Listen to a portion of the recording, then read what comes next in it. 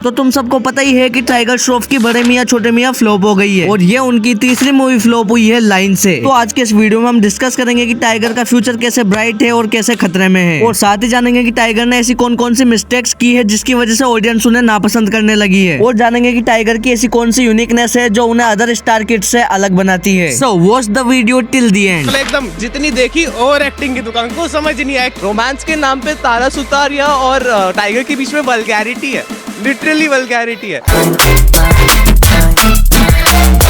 Covid के बाद India में मास मूवीज का बोलबाला था, लेकिन बॉलीवुड एक्टर्स अपनी मूवीज फ्लॉप होने के बाद भी मनमानी कर रहे थे। वो लिटरली कुछ भी बना रहे थे और उन्हीं में से एक थे टाइगर श्रॉफ। टाइगर मास मूवीज के दौर में भी ऐसी मूवीज कर रहे थे जिनका ट्रेंड ही नहीं था। टाइगर ने हमेशा से ही एक जैसी मूवीज की है जिनमें फालतू की उछल कूद और क्रिंजनेस होती है, और कोविड के बाद भी उन्होंने अपना स्क्रिप्ट चॉइस सेम ही रखा, और ये उनकी एक बड़ी मिस्टेक है। अगर टाइगर को वर्सटाइल एक्टर बनना है तो उन्हें डिफरेंट टाइप की मूवीज तो करनी पड़ेगी, और ऐसी ही मिस्टेक सैफ अली खान ने भी करी थी। अगर तुम्हें जानना है कि क्यों सैफ अली खान बाकी 3 खान से पीछे रह गए तो ऊपर आई बटन पर वीडियो का लिंक है, जाके देख लो, वरना एंड में तो वीडियो तुम्हारे सामने आ ही जाएगी।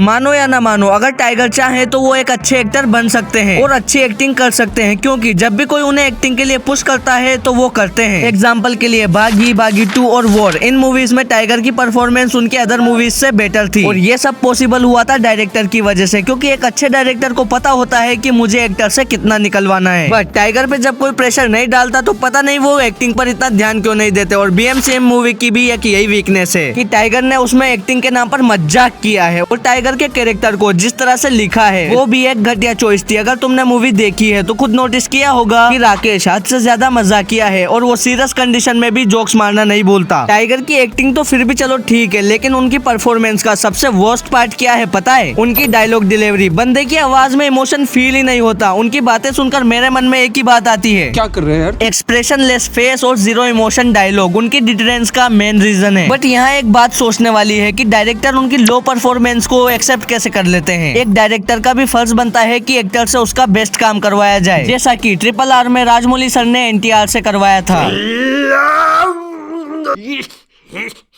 और टाइगर की एक्टिंग को लेकर तुम्हारा क्या ओपिनियन है नीचे कमेंट में जरूर बताना। एक टाइम था जब टाइगर हीरोपंती, बागी और बागी 2 जैसी मूवीज कर रहे थे, एंड ये मूवीज हिट भी हो रही थी, और उस वक्त तक ऑडियंस किसी मूवी को अदर मूवी से इतना हार्डली कंपेयर नहीं करती थी। बट 2021 से 22 तक साउथ मूवीज ने बॉलीवुड को दबा रखा था, इसलिए ऑडियंस अब हर मूवी का कंपैरिजन साउथ की मूवी से करने लगी थी। जो उनसे बेटर होती वो चल जाती। एग्जाम्पल के लिए भाईजान, जिनके नाम से ही थिएटर फुल हो जाया करते थे, ऑडियंस ने उन्हें भी भाव नहीं दिया। साउथ एरा के पहले टाइगर नए नए थे और मूवीज भी कम कर रहे थे, इसलिए वो ऑडियंस के बीच ईद के चांद की तरह थे, जो साल में 1-2 बार ही दिखते थे। और क्योंकि वो अपनी हर मूवी में उछल कूद और एक्शन ज्यादा करते थे, तो वो जेनजीज के फेवरेट बनते जा रहे थे। 2014 से 17 के बीच जो 10-12 साल के बच्चे थे लाइक मी, वो सब मूवीज को टीवी पर देखते थे, बिकॉज टाइगर का एक्शन और डांस बाकी एक्टर से अलग होता था, तो वो हम सबको काफी यूनिक लगते थे। बट 2023 आते आते ये सब हमारे लिए बोरिंग सा हो गया, तो उनके यंग फैंस उनकी मूवीज को अवॉइड करने लगे और अदर मूवीज की तरफ डाइवर्ट हो गए, जिससे टाइगर के हाथ से अब बिग पार्ट ऑफ ऑडियंस निकल गया। इतना फील में नहीं बोला था डायलॉग, बट जो हीरोपंती 1 में जो फील में बोला था वो दिल में बसा रहेगा हमेशा। ये कभी नहीं भूलने वाले हम लोग। और तुम टाइगर के किस एज में फैन हुए थे जरूर बताना। मैं तो 10 साल की एज में हुआ था हीरोपंती देख के। छोटी बच्ची हो क्या?